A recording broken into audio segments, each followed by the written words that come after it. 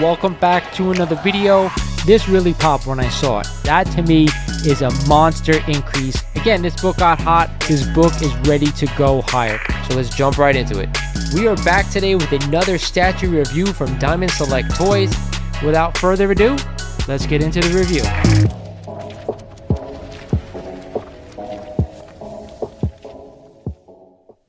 What is going on, YouTube? Welcome back to the show. This is Lawrence over at Mighty Comics and Collectibles.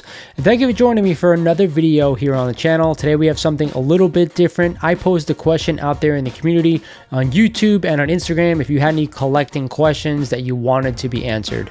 So that's what we're going to do here today.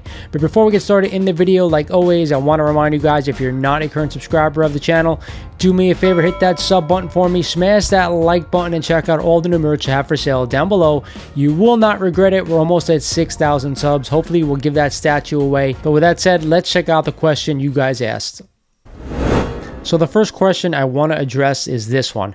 How about who, in your opinion, are the most investable superheroes, groups, or genres to collect that see the greatest gains over both the short term and the long term? So I think a lot of collectors probably want the answer to this question, right? That we all don't know what to buy, what to collect. And in my opinion, and that's just what this is the two most collectible superheroes who, to me, hold their value and go up in value continuously are Spider-Man on the Marvel side and Batman on the DC side. Now, Batman has been around a little bit longer than Spider-Man, since 1939, I believe. And of course, Spider-Man was in 1962, but the popularity of these two characters are what make them investable for the short and both the long-term aspect of collecting. To me, I collect both of these characters. You guys know I have a huge Amazing Spider-Man run. Batman, I focus more on the keys. I think that's where the meat of the collectibles are. There are a lot of Batman keys out there, a lot of small Batman keys, but I'm choosing to collect the bigger ones. I think that's where the most investable money comes in when we're talking about Batman. I just think they're pretty steady investments, right? I know AF-15 has dipped over since the height of the COVID craze that was going on, but if you look year over year, and I've done this on a recent video actually, Silver Age Comics, it's still steady in line. Yes, we had a really big peak up there at the top in 2020, 2021, but it's come right down to where it is right now, and you have that level that it really should be at. If you check out the graph on these, you could see kind of where it is and where it should be. It took a little of a blip in 2021, like I said, but it's come back down to a slope where I think is probably manageable right now for that book, Amazing Fantasy 15, but those are two superheroes, in my opinion, that for the long term and for the short term, you can protect your investment. I think they'll always go up in the long run, especially the bigger keys like AF-15, Batman 1, Tech 31. Some of the smaller keys, they don't go up as fast, but if you want to protect your investment and still make money in the long run, those are the two, in my opinion, who I'd always be buying. Up next is, what comics do you consider good investments? Now that's sort of a general question. Anything could be a good investment if you buy it at the right time. Unfortunately, a lot of us, I think, over the past couple of years, when things were going crazy, bought into a little bit of hype, and we're all underwater on certain books. Me, I've gotten in around 6-7 years ago where things just started to take off, so I made a good amount of money on a lot of my books, and then I sold or traded for my Batman one. But I put out a series of videos lately, telling you which books I consider longer term investments. There's a couple of hierarchy videos that I put out. Check out those if you haven't watched them. But to me, the best investments are obviously Action 1 and Detective Comics 27. Those are the two best. Then you go to Batman 1 and Superman 1. I know they're unattainable to a lot of people out there, but after that, the book to me, which is the best buy in my opinion for the long term, is Amazing Fantasy 15. That is the best investment by far. The most popular character out there in Spider-Man. Outside of that, you have all the big Marvel keys like Journey into Mystery 83, Tales of Suspense 39, Incredible Hulk #1, Fantastic Four #1, Fantastic Four #5. Books like that, the major Marvel key first appearances from the Silver Age, they'll always be good investments. I know you're going to see them go down over the past couple of years, but you cannot be focused on that right now if you're looking to buy those books. You have to be focusing on 20 years down the line and where they'll be then. If you're going to have dips, you're going to have, increases over time during that time period. You can't focus on that. Tune out the noise, as they say in the investment game, and just focus on owning the books because you want to own the books, not for where they are price-wise. I get asked a lot about the DC Silver Age first appearances and some of the Marvel smaller first appearances, if they're good investments. To me, if you're looking for investment purposes only, I would definitely stick to the major first appearances. If you're a long-term holder, like I always say, you cannot go wrong. I do love some of those books just to own them because I enjoy the characters, but if I'm looking at it from an investment purposes only, I'm probably sticking to the major Marvel and the major DC stuff. So here's a great question, and I could pose it to everyone out there in the community, so you answer this in the comments down below. What is the best comic book that you finally got a very, very good deal on? To me, there are actually two. A while back, I was at a local show in my area, and some guy had a Tomb of Dracula 10, a raw copy. It was a low grade. Definitely could use a press, and I bought it, and I paid $90 for it. I actually ended up pressing it myself, sending it to CGC, and I think it came back like 3.5, which is still low grade, but for what I paid for the book and $90, I think I actually ended up selling it for $400 at one point, so that was a great deal for that book. But the other book that I have to mention is I got a raw book. It was Marvel Special Edition 15, the first appearance of Shang-Chi. I paid $75 for that book raw, sent to CGC, came back in 8.5 when all the hype was going on with that character. I actually ended up selling it, I think, for $600 or $700. Incredible gain, but I knew at that point where Marvel was going with things. This is way back, when the first Avengers movies came out and stuff like that. So I knew back then they possibly could use Shang-Chi in a future movie. Once they got that announcement, I actually ended up selling that book and making a huge profit on it. But those are the two books that I think in my lifetime I've probably gotten the best deal on. But let me know in the comments what deals that you've gotten. So here's a great question from Lord Jar Jar. When selling comics, what should I take from buyers? I usually get about 60% fair market value based on eBay.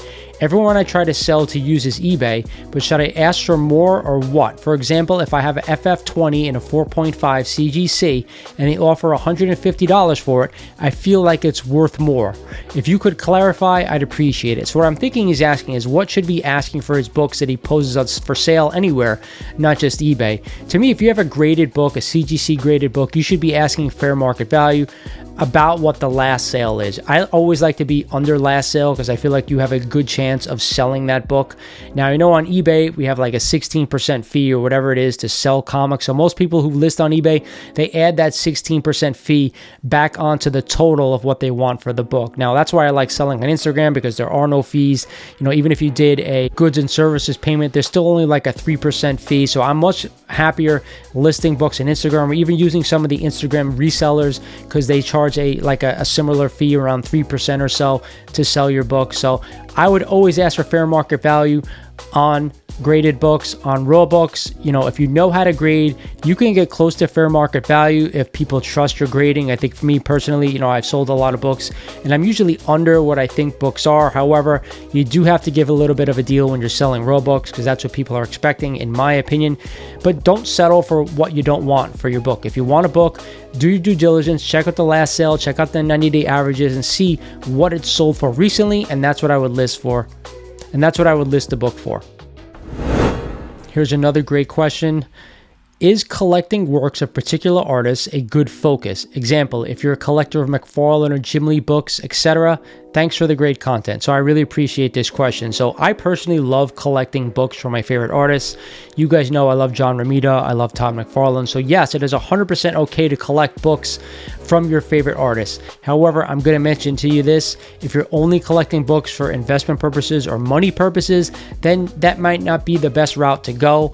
But if you love the artwork or you love the characters, you love the way these people drew the characters, 100% collect it. Like I said before, I love the way John Romita Sr. drew Spider-Man. I think I own every book that he's drawn for Spider-Man, and I own some other stuff too. I'm looking for a Captain America book from the Golden Age that John Romita Sr. drew towards the end of that run. So I love collecting John Romita stuff because he's my favorite artist. So yes, 100% definitely collectible works from your favorite artists is definitely a go. Up next, from Robert Davis, a member of the channel. Thanks, Rob. How much restoration is okay on a book? What type of restoration is a no-go? For me, it's trimming and color touch to some degree. Tape, glue, even cleaning, I'm okay with. So this is personal preference in my opinion. You guys know, if you watch my channel religiously, I always say I'm not willing to buy a Silver Age book that has been restored. I just won't do it. There are too many copies out there, and of course bronze, copper, modern. There are so many copies available. I don't think it's in your best interest to go ahead and buy a restored book if you can help it. Now, when we're talking about Golden Age comics, it's an entirely different story. There are not a lot of copies out there for people. Some of them have under 100 on the CGC census, so you have to kind of get where you can, right? Me, I'll use 2 of my books that I own that are restored, that are, you know, DC Golden Age comics. I have a Batman 1 that has restoration, that has, you know, pieces added, color touch, stuff like that. I also have Detective Comics 31, where it has the same type of stuff, but it also has the centerfold is trimmed. Only the centerfold is trimmed. There are, like, I think 98 copies of Detective Comics 31 out there on the census, so it is so hard to come across that book, so beggars cannot be choosers. If I had to put it, you know, I'm okay with color touch on a Golden Age book. I'm okay with pieces added if need be. The one thing I try to stay away from is trimming. I think if you can avoid it, that's the best thing to avoid. But other than that, tape and glue is 100% fine with me. I think to a certain extent, I would call that conservation, people trying to keep the book intact as opposed to restoration. So CGC has their own funky rules. What is restoration? What is conservation? It can be a little confusing at times, but regardless, outside of trimming, I'm okay with all, but only on Golden Age books. I hope this answers your question, Rob. And the last question we're going to take for this video is, why do you think Silver Age books have been taking a hit lately? And this is a great question, and we've addressed this here on the channel, is that when the big run-up happened in Marvel, didn't really happen in DC, but when the big run-up happened in Marvel, all those books started to take off. So where are the major first appearances in the Silver Age? They're Silver Age Marvel characters, right? So people were buying those books up left and right, left and right. A lot of people say that, yes, there's a lot of copies, you know, anywhere from 3,000 to, let's say, 7,000. I know, like, AF-15 is like just under 4,000, but FF-48 has like 7,000 and change. So it really depends on the book you're talking about. But people were buying those books hand over fist. And of course, once the market leveled off and started to, you know, not go up anymore and even started to crash a little bit, people were just unloading books left and right. Whether it was people just buying for investment, people just wanting to get out of the hobby, people just not wanting as many books in the collection like me, people trading books for bigger books, whatever it may be, all those books that were bought up were mostly Silver Age Marvel books. People have been trying to unload them ever since we got to the top. And of course, when all has been bought over like the 6-7 year period we got, people are trying to unload everything in just under a year, and that's why everything has been taking an absolute beating. I think if you don't own some of these Silver Age first appearance Marvel books and you're willing to hold to the long term, now is a great time to buy these books. A few, especially AF-15, has come down a lot. FF5 has really been crushed, one of my favorite books. Out of the Silver Age Marvel keys, I think that's the second or third most scarce. If you look at Incredible Hulk #1, I don't even think it's come down. It's actually gone up over the last 3 years. I actually did a video about that not too long ago. So that's the reason why these books are being crushed, because those are the ones being bought up. Not any of the DC Silver Age, not any of the DC Golden Age. Now we kind of have that DC Golden Age being bought up. Especially the non-huge keys, right? The Superman ones, the Batman ones, not a lot of people are going out and spending that kind of money. But the other keys, I'm seeing them for sale like crazy and people snatching them up. So people are just kind of moving money from one spot over to another spot. Some people got out of the hobby completely. People who are investing in comics, they're out. It's just about us collectors right now. So if you are a collector and planning on holding for the long term, like I said, Silver Age Marvel is still where I'd be putting most of my money, in my opinion. Great books, great characters. We may not see them going forward in the MCU, but they're still amazing characters that have a hell of a lot more to grow over the next 20, 25 years. If you're a long-term holder, like I've been saying, I would definitely owning these books. That's it for this video, guys. I hope you enjoyed this one. Again, I tried to address as many questions as I thought were relevant. There are a few that I did not answer that we'll get to hopefully in part 2 of this video. But if you have any other questions, drop them down in the comments below. I'll be sure to save them and address them on the next video. So with that saying, this is Lawrence over at Mighty Comics and Collectibles saying thank you for watching, and I'll talk to you guys soon.